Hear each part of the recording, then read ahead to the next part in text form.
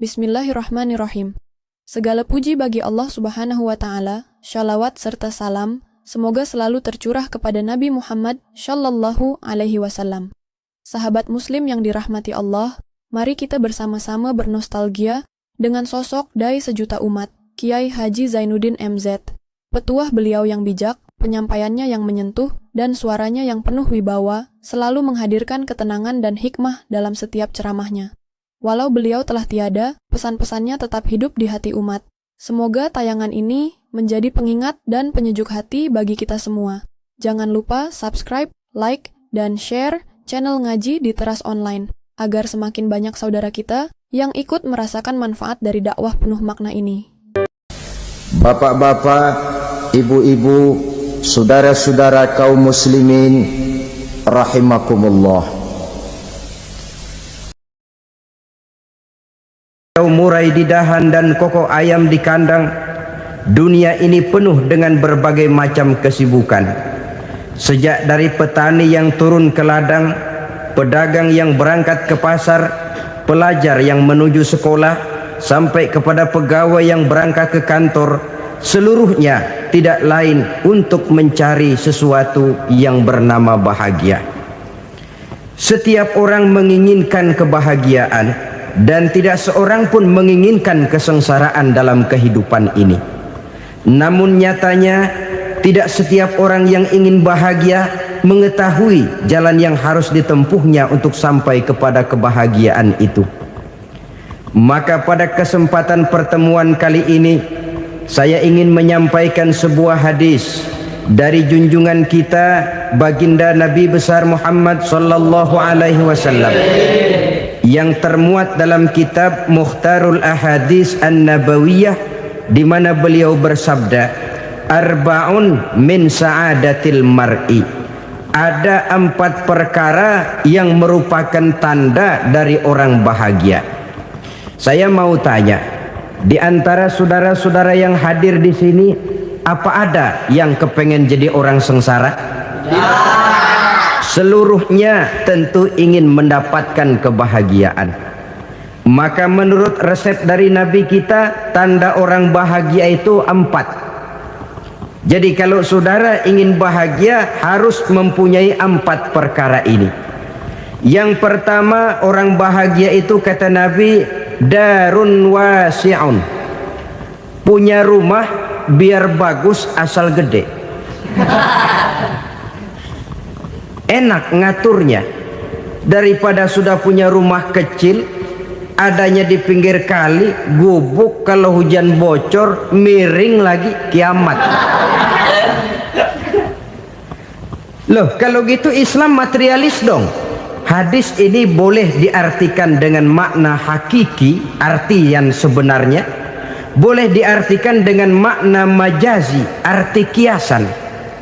Kalau dia diartikan dengan arti kias, maka yang dimaksud darun wasi'un ay qalbun wasi'un.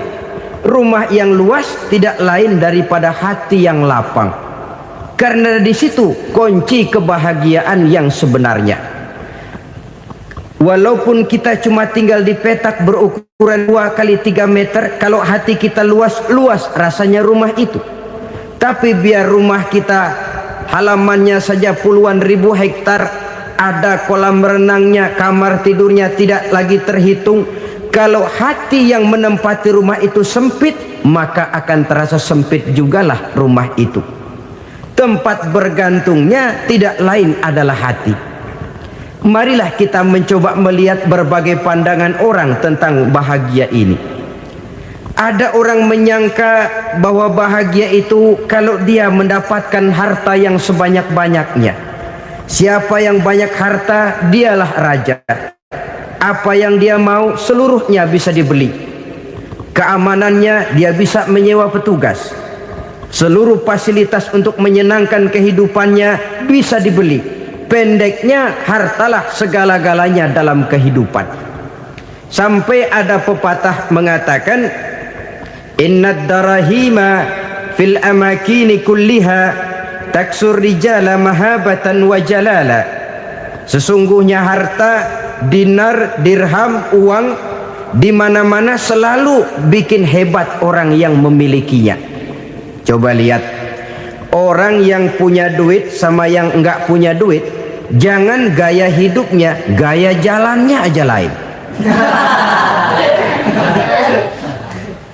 Wahia lisanun liman arada fasahatan, wahia silahun liman arada qitala. Uang adalah senjata yang paling ampuh bagi orang yang mau pergi perang, dan lidah yang paling fasih bagi orang yang mau bicara. Kalau bicara dengan lidah macet, cobalah bicara dengan harta, lancar.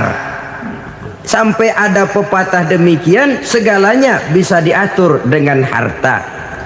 Maka di kalangan orang yang berpandangan semacam itu, seluruh kegiatan hidupnya hanya terfokus kepada bagaimana mengumpulkan harta yang sebanyak-banyaknya. Tidak peduli halal haram, tidak kenal sore pagi siang dan malam, tidak sempat sujud, jauh dari agama, jauh dari kehidupan yang bersifat ruhaniyah, jauh dari Allah dan sebagainya. Sampai dalam Al-Quran dikelompokkan dalam kelompok yang dinamakan lumazah. Allazi jama'a malahu wa 'addadah yahsabu anna malahu akhladah. Mereka mengumpul-ngumpulkan harta sebanyak-banyaknya dan menyangka bahwa harta yang banyak itu dapat mengekalkan hidupnya, mengekalkan kekayaannya, mengekalkan kebahagiaannya. Saudara hadirin yang berbahagia, kalau pandangan hidup ini benar, artinya kalau harta memang merupakan satu-satunya hal yang dapat membuat orang bahagia, tentu di rumah mewah tidak akan pernah ada tangis derita. Tentu di satu tempat di mana fasilitas hidup serba menunjang tidak ada yang namanya penderitaan. Tapi suka dan duka, sedih dan gembira, senyum dan tawa adalah milik setiap orang, baik dia punya harta maupun dia tidak punya harta. Nyatalah bahwa harta semata-mata bukan merupakan jaminan bahwa orang akan bahagia, walaupun tanpa harta orang sulit untuk bahagia. Saya mau cerita, ada orang super kaya, namanya Aristotle Onesimus, raja tanker Yunani. Dia punya kapal tanker saja konon sampai 11 banyaknya. Punya perusahaan penerbangan yang disebut Olympic Airlines. Punya hotel di berbagai kota besar di dunia ini, sejak dari New York, London, Paris, Rome dan sebagainya. Bahkan punya pulau yang dia namakan Pulau Scorpio. Ini kan namanya sudah kaya nggak tanggung-tanggung, punya pulau. Nah, dia punya 2 orang anak, yang satu laki-laki namanya Alexander, yang satu perempuan namanya Maria Onesimus. Seluruh harapannya tertumpah kepada anak lakinya Alexander ini, yang akan meneruskan usahanya, meneruskan kekayaannya, meneruskan dinastinya. Apa yang terjadi? Ternyata anak yang dia harapkan yang bernama Alexander ini mati muda dalam kecelakaan pada waktu dia olahraga. Apa olahraganya? Namanya olahraga anak orang kaya, golongan jet set. Olahraganya olahraga pesawat terbang. Jatuh, ya nggak kapungut, habis mati. Tinggal satu anak perempuannya, Maria Onesimus. Tapi anak perempuan ini juga malah urakan. Terakhir dia pacaran, bahkan kemudian kawin sama orang Rusia. Rupanya Aristotle Onesimus ini broken. Kekayaannya yang berlimpah ruah, perusahaannya yang begitu banyak, siapa yang akan meneruskan? Siapa yang akan menggantikan? Sampai kemudian dia mengurung diri di Pulau Scorpio dan mati di sana secara mengenaskan. Seorang multi jutawan, seorang yang super kaya, mati menyendiri di pulau sepi. Ibarat kata pepatah, anak ayam mati di lumbung. Bukan kekurangan makanan, keurugan makanan. Begitu kehidupan Aristotle Onesimus. Dan banyak orang-orang yang sudah demikian kaya sampai dibingungkan oleh kekayaannya sendiri. Telusurilah kehidupan David Rockefeller misalnya, Henry Ford misalnya, Adnan Khashoggi misalnya, multi jutawan yang kadang-kadang dibuat keder oleh kekayaannya sendiri. Pantas ketika Imam Ali ditawarkan orang, "Ya Ali, kalau kepadamu disuruh pilih ilmu atau harta, kau pilih mana?" Ya jelas pilih ilmu dong. Kenapa? Pertama, ilmu kalau kita berikan kepada orang lain tambah, tapi harta kalau kita berikan kepada orang lain kurang. Saudara punya uang 10.000, dibagi orang 5.000, jelas uang saudara berkurang.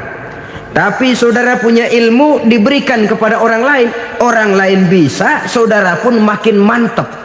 Tidak lantas jadi bodoh karena ngajarin orang. Saudara bisa Fatihah lalu mengajarkan orang Fatihah, orang bisa, saudara pun makin hafal. Tidak lantas setelah diajarin orang ilmunya hilang. Begitu datang dia minta orang, "Tolong ajarin saya Fatihah," udah habis, nggak ada.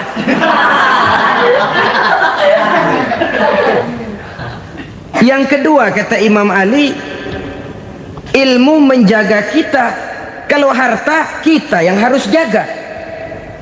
Makin banyak ilmu makin terpelihara diri seharusnya, tetapi makin banyak harta makin bingung kita jaganya. Sampai kadang-kadang kalau perlu seluruh keliling rumah dipasangi alarm. Belum cukup disewakan anjing besar-besar, pasang di depan pintu, awas anjing galak. Masih belum cukup juga cari centeng tukang-tukang kepruk jaga rumah. Masih terasa belum aman, padahal rumahnya dikelilingi tembok besar. Di balik tembok ada pintu-pintunya tebal. Di balik pintu itu terbuka masuk kamar, kamar pun ada pintunya, pintunya pun kuat. Masuk ke dalam kamar ada lemari, lemarinya pun pintunya kuat, dikunci, kuncinya pun kuat. Tapi terhadap seluruhnya yang timbul cuma sekedar was-was saja. Kesimpulannya sekali lagi, tanpa harta orang memang sulit untuk bahagia. Tapi harta semata-mata tidak merupakan jaminan orang akan bahagia. Dengan hati yang luas, itu modal utama untuk mencapai kebahagiaan hidup. Orang yang hatinya luas, saudara-saudara, punya hati yang lapang, melihat kenyataan hidup ini, dia bersyukur senantiasa kepada Allah. Lantas tidak timbul hasud dan iri hatinya. Oleh karena itu jiwanya selalu lapang. Kalau tidak, cupik hati namanya, dangkal pandangan, tidak senang melihat orang lain dapat nikmat, dan itu sering dijadikan contoh. Kalau orang yang lapang dada, dia lihat tetangganya beli TV baru, dia berkata, "Alhamdulillah ya, tetangga kita beli TV, mudah-mudahan kita bisa ikut nonton." Lapang dadanya. Tapi orang yang sempit hati, lihat tetangga beli televisi, meriang. Enggak diapa-apain, meriang. Besoknya dengar tetangga beli motor, makin sakit, ke rumah sakit. Lalu di rumah sakit dengar tetangganya beli mobil, mati. Disiksa oleh perasaannya sendiri. Orang kalau hati sudah sempit dalam hidup, kemanapun dia pergi, sempit rasanya medan kehidupannya. Kemudian kita melihat juga ada orang yang menilai bahwa bahagia itu katanya kalau punya kedudukan yang tinggi, pangkat yang agung, wibawa yang besar. Mungkin betul, tapi mungkin juga tidak. Bergantung kepada hati orang yang punya pangkat itu. Sama dengan harta tadi. Harta akan membawa bahagia kalau dia jatuh ke tangan orang yang berhati lapang. Tapi harta akan jadi bencana kalau jatuh ke tangan hati orang yang sempit. Pangkat akan membawa bahaya kalau jatuh di tangan hati orang yang sempit. Lebih dari itu, kenyataan mengajarkan kepada kita bahwa ternyata pangkat dan jabatan tidak selamanya memberikan kebahagiaan dalam kehidupan. Bahkan resikonya kelewat besar. Beberapa bukti kita bisa ambil dari para pemimpin dunia yang menjadi korban lantaran pangkat dan jabatan yang disandangnya. Saudara ingat Presiden Abraham Lincoln dan John Kennedy dari Amerika dibunuh orang. Park Chung-hee dari Korea Selatan, Ziaur Rahman dari Bangladesh, Anwar Sadat dari Mesir, terakhir Indira Gandhi dari India, menjadi korban dari pangkat dan jabatan yang disandangnya dari orang-orang yang tidak senang dia memegang jabatan itu. Dia akan mudah mengundang bencana, sehingga pantas kalau seorang presiden terkemuka Amerika, Harry Truman namanya, dia mengatakan jabatan presiden itu, kata dia, seperti orang nunggang macan, naik macan, harus kita taiki, kalau enggak dia bakal nerekam kita, ngeri katanya. Adapun orang yang hatinya lapang, kalau dia menerima pangkat dan jabatan, dianggapnya itu satu kesempatan untuk berbuat baik. Tapi orang yang berhati sempit, menerima pangkat dan jabatan, bukan kadang-kadang menerima, malah berusaha setengah mati mencapai dengan segala cara. Kalau perlu jilat atas, jilat atas. Jadi golongan sumuhun dawu. Jadi kelompok kulon nuwun, yes sir, yang kerjanya cuma oke bos. Kalau perlu jilat atas, jilat atas. Kalau perlu injak yang bawah, injak yang bawah. Perlu sikut kiri kanan, sikut kiri kanan. Yang penting pangkat dapat, jabatan dapat. Orang yang semacam ini, kalau sudah mempunyai pangkat dan jabatan, biasanya dia tidak menganggap itu sebagai amanah, tidak menganggap sebagai kesempatan berbuat baik, tapi malah kesempatan untuk memperturutkan hawa nafsunya yang dilatar belakangi oleh kesempitan hatinya tadi. Apalagi kalau orang memperoleh pangkat karena banyak mengeluarkan uang, seakan-akan pangkat dan jabatan itu sekarang macam proyek, pakai tender. Siapa yang berani bayar segini naik, nggak berani minggir. Padahal logikanya, kalau orang mencapai satu jabatan karena banyak mengeluarkan uang, hampir bisa dipastikan bahwa setelah jabatan itu dia pegang, langkah pertama yang akan dilakukannya ialah berusaha bagaimana uang yang dia keluarkan supaya kembali. Ya paling kurang pulang modal dulu dong. Soal mikirin rakyat soal nanti, tapi ini modal harus pulang. Itu celakanya kalau orang memperoleh pangkat dan jabatan cuma karena banyak mengeluarkan uang. Jarang orang yang mempunyai keyakinan dan pandangan bahwa pangkat dan jabatan merupakan amanah. Jadi sekali lagi, pangkat dan jabatan mungkin saja membawa kebahagiaan kalau jatuh ke tangan orang yang berhati lapang. Tapi bisa jadi bencana kalau dia jatuh ke tangan orang yang mempunyai hati yang sempit. Dan lagi-lagi stresnya hati yang lapang. Lalu sebagian orang, saudara, ada yang berpandangan katanya bahagia itu kalau jadi orang terkenal, mempunyai popularitas, menjadi idola di kalangan remaja, di kalangan orang tua, di segala lapisan masyarakat. Padahal makin populer orang makin terikat dia. Ya kalau macam kita ini kan nggak punya nama, nggak populer, tengah malam buta mau nongkrong di warung Tegal aman.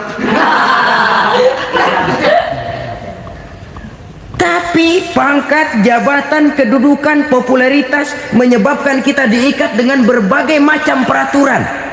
Cuma mandi sama ke WC saja yang nggak dikawal.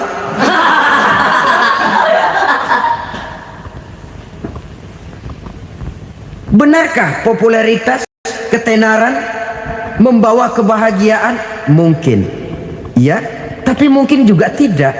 Kenapa? Banyak orang-orang populer yang mengakhiri hidupnya secara tragis. Kita ambil beberapa nama. Di Amerika tahun 60-an ada bintang seksi paling terkenal yang dijuluki sex bomb, bom seks. Sampai sekarang jadi legenda, namanya Marilyn Monroe. Singkatan dobelnya itu inisialnya MM, Marilyn Monroe. Terkenal, top Sampai dia mati tahun 62, namanya sekarang masih saja dibicarakan orang. Kenapa dia bunuh diri? Tidak punya hartakah dia? Banyak. Kurang populerkah dia? Seluruh dunia mengenalnya. Sejak rakyat kecil sampai pejabat tinggi dia punya hubungan. Kenapa? Jenuh. Dia terlahir dalam keadaan yatim. Setelah itu tidak lama dia berangkat remaja, ibunya meninggal, pindah dari wanita asuh ke wanita asuh sampai 12 orang ibu angkatnya. Dan kekecewaan yang paling parah, setiap laki-laki yang dekat dengannya hanya seperti kapal berlabuh, datang dan pergi silih berganti. Padahal dia merindukan seseorang yang bisa melindungi hidupnya. Dia rindukan itu dan dia tidak pernah menemukan.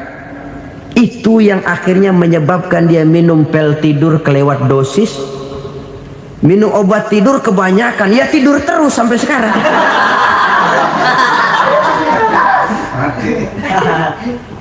Dia mengakui,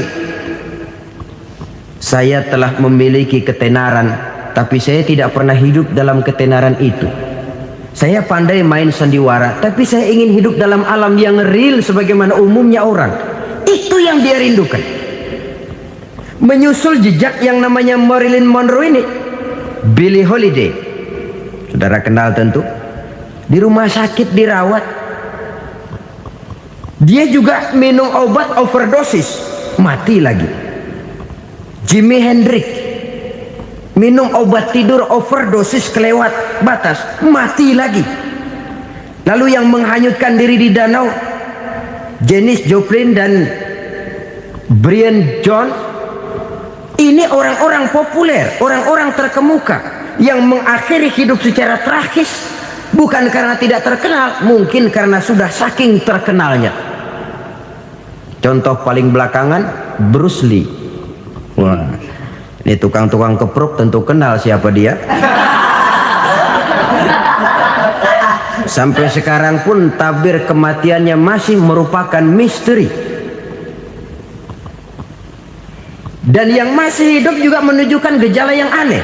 Michael Jackson, rumahnya di Beverly Hills itu dijaga sedemikian rupa, dan dia selalu curiga kepada setiap makanan harus steril, bersih dari segala macam kimia.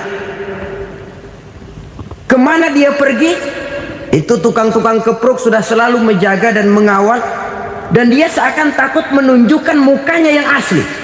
Hingga kalau tampil ke tengah di luar show, dia kadang memakai pakaian yang tidak menunjukkan dia yang sebenarnya, takut dikenali orang. Ternyata popularitas sering jadi momok yang meracuni kehidupan manusia. Oleh karena itu, benarlah junjungan kita pada saat beliau mengajarkan orang akan bahagia kalau dia mempunyai hati yang lapang. Nah, sekarang masalahnya untuk mendapatkan hati yang lapang, caranya bagaimana? Kita kembali kepada konsep Quran. Allah mengajarkan, ala inna bi dzikrillahi tatmainnul qulub. Ketahuilah bahwa dengan banyak mengingat Allah, hati akan tenang, jiwa akan lapang. Dengan kata lain, dekat dengan agama, merasakan kehadiran Allah dekat dalam hidup. Itu muara pertama untuk mencapai hati yang lapang. Ala inna bi dzikrillahi tatmainnul qulub. Jangan macam orang sekarang ingin mendapatkan ketenangan lalu tapak di puncak gunung, di gua-gua, di tempat sepi. Iyalah kalau nggak ada ular. Kalau tergigit ular berbisa, ketenangan belum, mati jelas itu. Islam positif untuk mendapatkan ketenangan. Ala inna bi dzikrillahi tatmainnul qulubi. Bahwa ketahuilah bahwa dengan banyak mengingat Allah, hati akan tenang, jiwa akan lapang, nuansa pikiran akan luas. Karena yang namanya bahagia ada dimanapun manusia berada. Di kampung ada bahagia, di kota ada bahagia. Di ngarai, di lembah, di gunung, di hutan, di lautan, di angkasa luar, dimanapun bahagia itu ada kalau kita bermodalkan hati yang lapang ini. Dan hati akan lapang kalau kita dekat dengan agama. Dekat dengan harta buat sementara hati mungkin tenang, tapi ketenangan yang relatif dan temporer. Apalagi orang tiap kali tambah harta, tiap kali tambah rencana, itu wajar. Mungkin sebelumnya saudara berpikir, kalau punya duit 5.000 enak nih. Begitu punya duit 5.000, aduh sayang kalau 10.000 aja. Tiap kali tambah harta, tiap kali lain rencana. Makin banyak rencana, makin menjauhkan kita dari yang namanya ketenangan. Padahal ketenangan merupakan unsur utama untuk mencapai bahagia.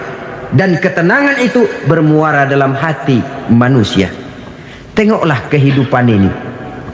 Orang yang banyak harta dengan orang miskin, berbedakah rasa sakit yang mereka tanggungkan? Rasanya tidak. Walaupun si kaya tidur di kasur empuk berselimutkan sutra mahal, sementara si miskin meringkuk di balai bambu yang keras dan kasar. Apabila maut datang, dia juga tidak pernah pilih bulu.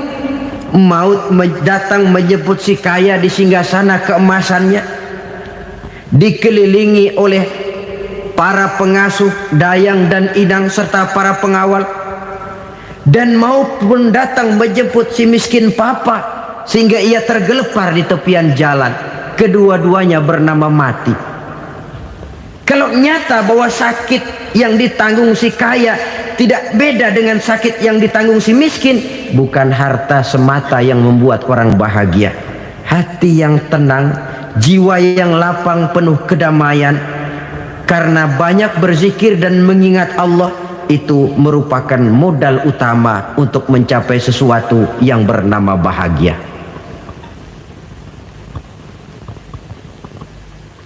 Saudara hadirin yang saya hormati, inilah yang pertama dari 4 ciri yang digambarkan oleh Nabi tentang tanda-tanda orang bahagia.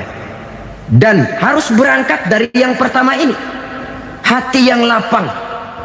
Ini yang harus kita miliki lebih dahulu, baru nanti akan menyusul kepada poin yang ketiga, kedua dan selanjutnya. Sebab kalau hati sudah terisi dengan jiwa yang lapang, seluruh persoalan insya Allah akan bisa kita atasi dengan sebagaimana mestinya. Yang kedua sekarang, tanda orang bahagia menurut baginda Nabi, markabun syariah. Orang bahagia itu, kata beliau, punya kendaraan biar cepat asal lancar. Artinya kemana dia mau pergi mudah.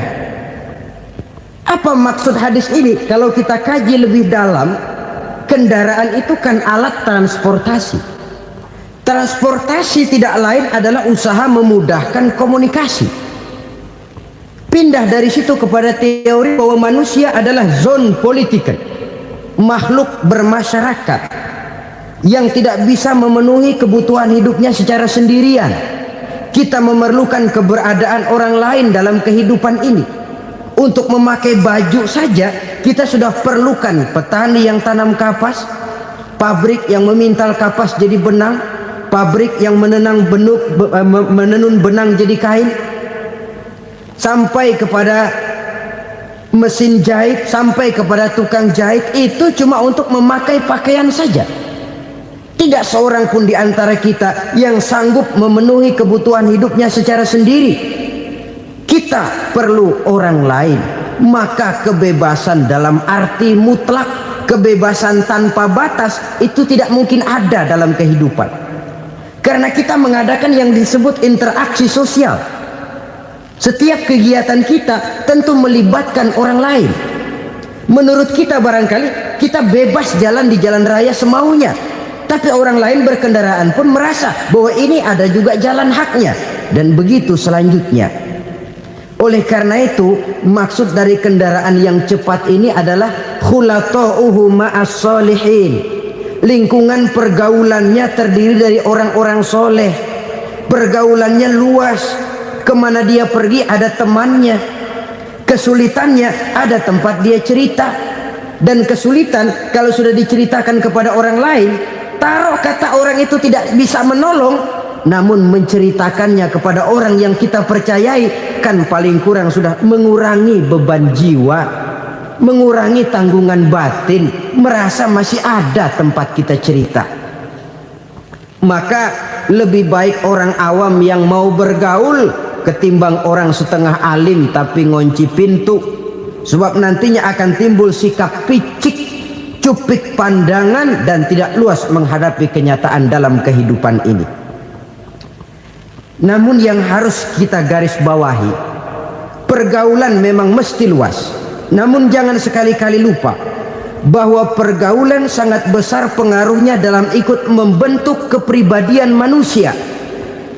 Sehari-hari bisa kita bilang, kalau kita dekat sama tukang minyak wangi, sekalipun nggak dibagi minyaknya, baunya tentu dapat. Betul? Tapi dekat sama tukang elas, walaupun nggak kena apinya, asapnya mesti kena. Kalau Syauqi mengatakan lebih jelas lagi, man asyaral asyrafa asa musyarrafan wa muasyiral anzali ghairu musyarrafin. Awalam taral jildal hakira muqabbalan bisagri lamma sara jildal mushaf. Siapa yang bergaul dengan orang mulia, dia bakal ikut menjadi mulia. Tapi siapa yang berteman dengan orang hina, dia tidak bakal ikut menjadi mulia. Tidakkah kau lihat, kata Syauqi, kulit kambing yang hina pun dicium orang ketika menjadi kantong Quran. Kulit kambing hina, kalau dia sendirian gak ada yang mau cium. Tapi begitu dia bergaul dengan Quran, menjadi kantong Quran, dipakein minyak wangi, ditaruh di tempat yang tinggi, mau diambil dicium dulu, dibawa dengan penuh hormat dan hati-hati. Kulit kambing yang hina lantaran berteman dengan Quran, numpang mujur. Tapi coba lihat kalau kulit kambing berteman dengan kayu, jadi beduk, habis. Zohor dikemplang, asar dipukul. Itu pun sedikit saja, cuma salah milih teman. Yang temannya Quran dihormati orang, yang temannya kayu lantaran jadi beduk, gelap-gelap subuh orang udah kemplangi.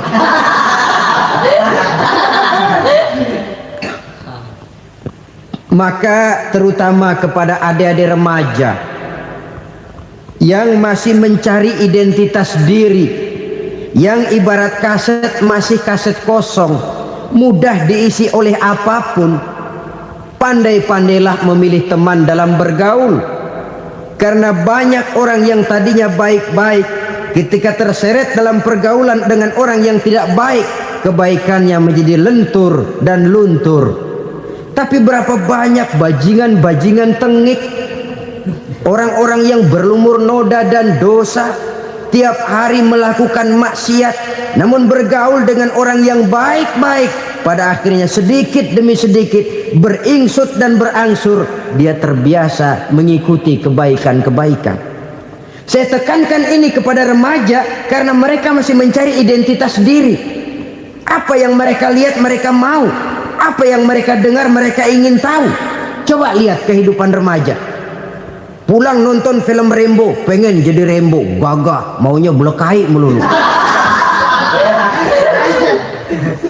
Pulang nonton film Superman, pengen bisa terbang. Pulang nonton India, nyanyi melulu. Wajar, mereka masih mencari identitas diri. Saya ini sebenarnya siapa? Lingkungan, pergaulan akan membentuk itu. Karena itu pandai-pandailah bergaul, karena ia sangat besar pengaruhnya dalam ikut membentuk kepribadian manusia. Apalagi sifat yang jelek lebih cepat menularnya ketimbang sifat yang baik. Sifat yang baik, watak yang soleh itu lambat sekali untuk menular. Tapi yang tidak baik, kan prosesnya mah kalau remaja biasanya mula-mula dengar. Karena dengar lalu pengen tahu. Karena pengen tahu lalu ngeliatin. Begitu ngeliatin kan pengen nyobain. Setelah nyobain ketagihan. Nah ini prosesnya. Yang namanya ganja, morfin, narkotik awalnya kan begitu. Mula-mula denger katanya kalau sudah fly to the sky, Sudah melayang ke langit katanya. Disitulah puncak kebahagiaan. Mulanya cuma dengar. Karena dengar pengen tahu. Karena pengen tahu lalu ngelihat, kumpul sama orang yang suka ngeganja. Setelah ngelihat, nah pengen ngerasain. Begitu ngerasain enak juga, ketagihan. Kalau sudah ketagihan jadi penyakit kronis, bisa merembet kepada yang lain. Iya, kalau orang tuanya mampu untuk beli morfin, beli ganja. Kalau tidak kan pikirannya ngayap, jemuran siapa ya gue sahabat. Timbullah perbuatan-perbuatan negatif yang bermula dari salah pergaulan. Apalagi buat adik-adik remaja yang tinggal di kota-kota besar, yang pengaruh budaya, pengaruh kesenian, pengaruh struktur kehidupan yang nampak makin individualistis, di mana persaingan tajam, tensi ekonomi tinggi, orang mudah mengalami stres. Pandai-pandailah dalam bergaul, sekali lagi, karena ia sangat besar pengaruhnya dalam ikut membentuk kepribadian manusia. Orang bahagia punya kendaraan yang cepat, artinya punya pergaulan yang luas, dan lingkungan pergaulannya terdiri dari orang-orang yang soleh. Kemana dia pergi ada teman, kesulitannya ada tempat dia cerita. Tapi kalau sudah menyendiri, hidup sendiri, kesulitan dipikiri sendiri, bisa mati belum waktunya. Tidak ada tempat berbagi rasa, tidak ada tempat bercerita, tidak ada tempat mengurangi beban dalam kehidupan. Pantas betul kalau Islam sangat menggalakkan dan menganjurkan orang kalau sudah sampai waktunya itu untuk melangsungkan nikah. Kata Nabi, ya ma'syaras syabab man istata'a minkumul ba'at falyatazawwaj. Hai para pemuda, kalau sudah mampu memberi nafkah, kawinlah, nikahlah kamu. Kenapa? Sudah ada teman hidup, tempat berbagi rasa. Kesulitan kalau ada tempat cerita akan lebih ringan ketimbang kita telan sendiri, walaupun bobot kesulitannya sama beratnya. Saudara-saudara kaum muslimin rahimakumullah, inilah ciri yang kedua, punya kendaraan biar cepat asal lancar. Kemana kita mau pergi gampang. Dengan kata lain, setelah hati yang luas, pergaulan yang luas. Dua.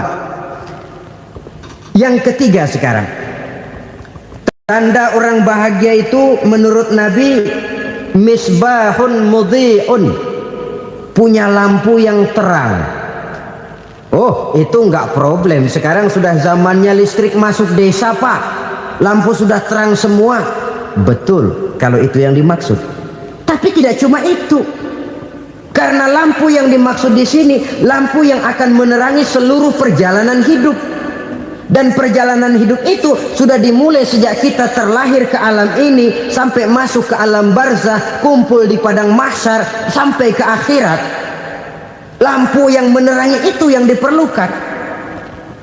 Kalau lampu, katakanlah yang paling top sekarang kan lampu jenis Mercury. Taruhlah itu di rumah kita, dia cuma menerangi rumah kita, menerangi hati pun tidak sanggup. Bila kita masuk ke alam barzah, alam kubur, sanggupkah si Mercury yang begitu terang menerangi alam barzah kita? Tidak sanggup lagi. Sanggupkah lampu yang ratusan watt, bahkan puluhan ribu watt menerangi kehidupan di padang mahsyar? Tidak akan sanggup lagi. Kalau demikian, yang dimaksud lampu yang terang di sini apa? Tidak lain amal soleh, kebajikan yang kita lakukan dalam hidup. Itu yang akan jadi lampu penerang.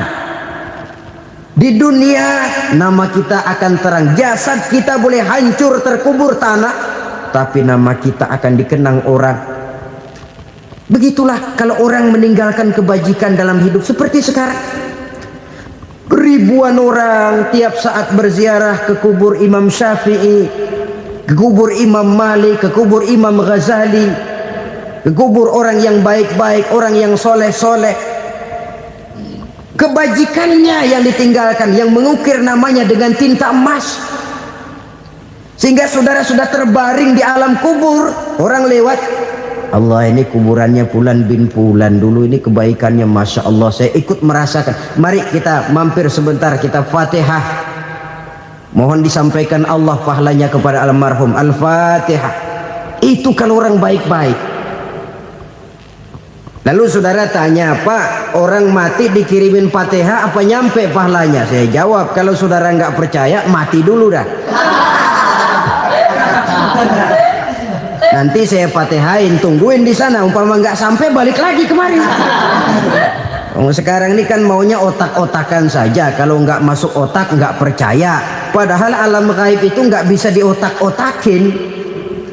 Sama saja dengan saudara pernah dengar cerita kapal tanpa emas tenggelam kan?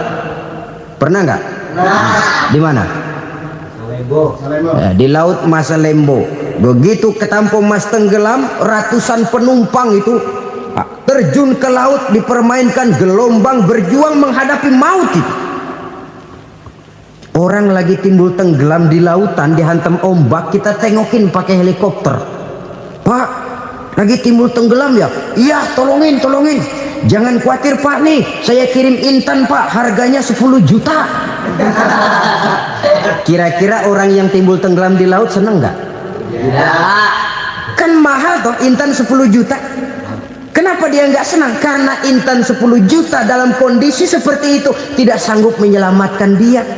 Dia akan girang kalau dikirimin ban mobil bekas, dikirimin papan terentang atau bambu.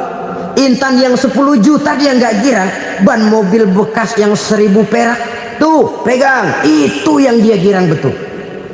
Inilah sebabnya Nabi berkata, mal mayyitu fi qabrihi illa kal ghariqil mutaghawwis. Orang yang meninggal di alam kuburnya seperti orang timbul tenggelam di lautan. Yantaziru da'watan min ahli, menunggu doa dari keluarganya yang masih hidup. Duh, bapak saya sudah meninggal, saya sayang benar sama dia. Kirimin kulkas ke kuburannya Itu sama saja dengan tadi orang tenggelam di lautan dikirimi intan yang harganya 10 juta, ndak sampai. Begitulah kalau kebajikan yang kita tinggalkan dalam hidup, sudah mati pun kubur kita masih diziarahi orang. Tapi kalau jahat yang kita tinggalkan, boro-boro lah orang mau doa lewat dekat kuburan kita juga serem. Tuh bajingan no, dulu mati dipendem di situ tuh. Jangan lewat situ, ntar kesurupan, jangan. Lewat saja orang ngeri. Konon lagi membacakan Fatihah dan mengirimkan doa. Hidup pada hakikatnya adalah kesempatan untuk berbuat baik. Maka sekali kesempatan itu diberikan, manfaatkan dengan sebaiknya. Sebab kesempatan kedua tidak akan pernah ada. Kesempatan berbuat baik di sini, di akhirat sudah pembalasan namanya. Sekali kesempatan itu dicabut, dia tidak akan pernah dikembalikan lagi. Kata Iqbal, hidup tidak mundur ke belakang, Bung. Berhenti diinjak orang, mundur hancur. Tidak ada kata mundur dalam hidup ini. Berhenti diinjak orang, mundur kecebur. Tidak ada kata lain, harus maju dalam kehidupan dalam artian yang positif. Hidup adalah kesempatan untuk mengumpulkan kebajikan yang sebanyak-banyaknya. Di situ nilai daripada manusia.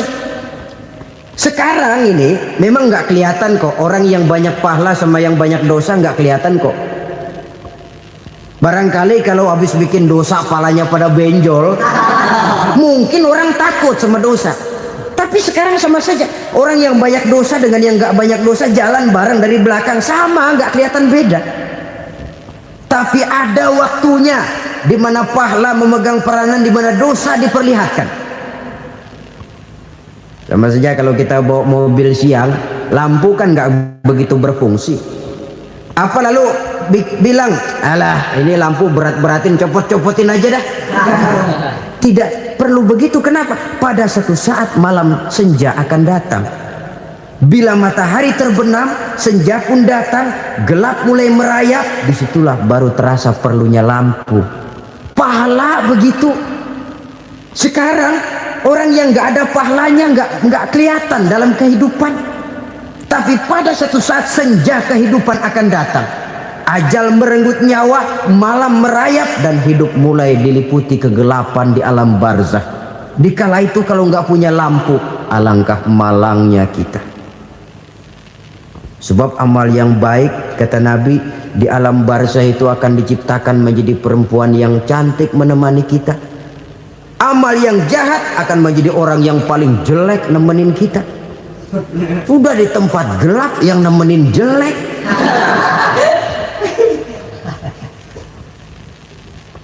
Kaum muslimin rahimakumullah. Kalau demikian masalahnya, tergantunglah kita pandai memanfaatkan waktu. Al-waktu kasaif, waktu itu cepat sekali. Yang namanya waktu itu tahu-tahu. Tahu-tahu udah tahun 87. Tahu-tahu udah begitu. Tahu-tahu yang kemarin anak-anak, sekarang udah pada punya anak. Tahu-tahu saja itu. Begitu cepat waktu berlalu. Kalau tidaklah pandai kita memanfaatkannya, akan rugi kita. Nabi bersabda, "Man kana yaumuhu khairun min amsihi fahuwa rabih." Barang siapa yang hari ini lebih baik daripada hari kemarin, itu orang untung. Hari ini lebih baik daripada kemarin. Bulan ini lebih baik dari bulan kemarin. Tahun ini lebih baik dari tahun kemarin. Itu orang yang beruntung. Tahun kemarin sembayangnya maghrib doang, sekarang udah tambah isya. Tahun kemarin cuman Idul Fitri aja ngancem bener, sekarang udah tambah Jumat, lalu tambah lagi maghrib, tambah lagi isya, dan selanjutnya. Hari ini lebih baik daripada kemarin, itu orang yang beruntung. Wa man kana yaumuhu mislu amsihi fahuwa khasir. Lalu barang siapa yang hari ini sama saja dengan hari kemarin, itu orang rugi. Hari ini sama dengan kemarin, rugi itu. Bulan ini begitu, bulan kemarin begitu, tahun ini begitu, tahun lalu juga begitu. Rugi itu orang. Rugi apa? Rugi umur. Umur tambah, amalan gak pernah tambah. Dan saya pikir lebih merupakan azab ketimbang nikmat kalau orang dikasih panjang umur cuma untuk numpuk dosa. Mending mana? Panjang umur banyak dosa sama pendek umur dikit dosa? Mending mana? Mending mana? Ya, paling mending tentu panjang umur banyak pahala. Tapi kalau tidak, sekali lagi, lebih merupakan azab ketimbang nikmat kalau orang diberikan panjang umur tapi cuma untuk sekedar menumpuk dosa. Kehilangan kesadaran bahwa dunia bukan terminal akhir dari satu perjalanan. Dia cuma halte di mana kita berhenti sebentar untuk menuju kepada terminal yang hakiki. Saudara-saudara kaum muslimin rahimakumullah. Inilah lampu yang akan menerangi kehidupan. Amal yang kita lakukan di dalam kehidupan. Jadi yang dimaksud dengan lampu yang terang, kebajikan yang kita kerjakan dalam hidup. Nah, setiap orang di awal tadi saya bilang ingin bahagia. Bahagia itu kan hakikatnya kumpulan senang dan selamat. Senang, selamat. Apa bedanya? Senang tapi tidak selamat, nggak bahagia. Selamat tapi nggak senang, nggak bahagia orang. Contoh, kalau orang korupsi, duitnya banyak, senang dia, tapi keselamatannya. Ada tentara baris di samping rumahnya udah bingung, padahal tentara latihan. Tentara cuma latihan, dia bingung. Senang, tapi karena keselamatannya tidak terjamin, dia tidak bahagia. Sebaliknya pegawai negeri jujur benar, cuma segaji-gajinya, selamat nggak korupsi, tapi melarat, ya nggak bahagia juga, kurang senang. Kesenangan dan keselamatan untuk dunia saja, ya sekali lagi, kalau cuma sekedar untuk dunia saja, bisa dibeli pakai uang. Bisa dibeli pakai uang. Saudara ingin selamat, bisa dibeli pakai uang. Saudara ingin senang, bisa dibeli dengan uang. Tapi setelah mati, masuk ke alam barzah, habis kekuasaan uang. Nggak bisa lagi beli keselamatan pakai uang. Tidak mungkin lagi membeli kesenangan dengan uang. Di situ pahala yang megang peranan. Makin banyak pahala, makin banyak saham untuk membeli kesenangan dan keselamatan, untuk memperoleh yang namanya bahagia. Dan jangan lupa loh, di alam barzah kita nggak sebentar. menunggu datangnya kiamat. Loh iya, kalau kita begitu dikuburin terus kiamat datang untung. Tapi kalau masih harus 1000, 2000, puluhan ribu tahun yang akan datang dalam satu penantian yang begitu lama tanpa saham untuk memperoleh kebahagiaan, satu kemalangan yang tidak ada pernah putus-putusnya. Janganlah tergelincir oleh kebahagiaan sebentar yang menipu dengan mengorbankan kebahagiaan hakiki yang berjangka panjang. Apa artinya senyum sejenak kalau harus ditebus dengan tangis seumur hidup? Biarlah kita minum jamu, pahit memang, getir memang, tapi kan besok badan sehat. Daripada sekarang minum sirup, manis memang, enak memang, tapi bibir pada jontor besok. Sirawan, batuk, nggak karu-karuan. Banyak orang tertipu oleh kesenangan yang sebentar. Padahal laisa kullu ma yalma'u zahaban. Belum tentu semua yang berkilat itu emas. Belum tentu semua yang gemerlap itu intan. Karena itu marilah manfaatkan kesempatan yang diberikan Allah ini untuk mengumpulkan kebajikan yang sebanyak-banyaknya. Yang terakhir sekarang, yang keempat, tanda orang bahagia kata Nabi. Zaujatun salihah. Orang bahagia itu tanda yang keempat kata Nabi, punya istri biar cakep asal taat. Sudah surga itu sudah. Cakep taat. Istri kayak gitu, kalau belum mati jangan dikuburin dulu itu. Sudah cakep taat lagi. Tapi kadang-kadang enggak, udah jelek ngadat melulu. Apa yang mau dipilih? Sebab itu Quran mengatakan istri pakaian untuk suami, suami pakaian untuk istri. Kenapa suami istri diibaratkan pakaian? Alangkah tingginya gaya bahasa Quran ini. Suami istri teman hidup, hidup perjalanan panjang. Sejak kita dalam rahim sudah ada hidup kan di sini. Sampai ke alam dunia, masuk ke alam barzah, kumpul di padang mahsyar, sampai menuju akhirat, itu perjalanan hidup. Carilah istri atau suami teman hidup yang membawa manfaat tidak hanya kehidupan di dunia ini, sampai di alam barzah, sampai di padang mahsyar. Suaminya mungkin meninggal lebih dulu atau istrinya mungkin meninggal lebih dulu, tapi suami atau istri yang masih hidup berbuat kebajikan. Suami saya meninggal, ada hartanya, saya sedekahkan, niat pahala untuk almarhum suami saya. Ini teman hidup, tidak dibatasi dan tidak bisa dipisahkan oleh maut sekalipun. Zohirnya mungkin pisah, badannya mungkin pisah, tapi hatinya, jiwanya, kebersamaannya dalam menghadapi kehidupan. Karena itu saudara-saudara, bahasa Quran indah. Suami istri diibaratkan seperti pakaian. Apa fungsi pakaian? Pertama, pakaian jadi kebanggaan. Artinya suami harus menjadi kebanggaan istri, istri harus jadi kebanggaan suami. Yang kedua, pakaian itu kan fungsinya menutup aurat.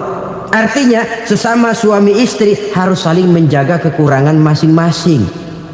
Jangan malah sesama suami istri saling membongkar rahasia dan aibnya sendiri-sendiri. Istrinya diceritain jeleknya di mana-mana, atau suaminya dibongkar rahasianya di pasar umum. Itu sudah tidak lagi berfungsi sebagai pakaian. Kenapa semua ini diperlukan? Karena kita menyadari bangsa yang baik terdiri dari masyarakat yang baik. Masyarakat yang baik merupakan susunan dari warga yang baik. Warga yang baik adalah terdiri dari rumah tangga yang baik. Dan rumah tangga yang baik merupakan susunan dari pribadi yang baik. Dari situ langkah dimulai. Membangun satu bangsa yang baik diawali dengan membangun rumah tangga yang baik, dengan menciptakan pribadi-pribadi yang baik.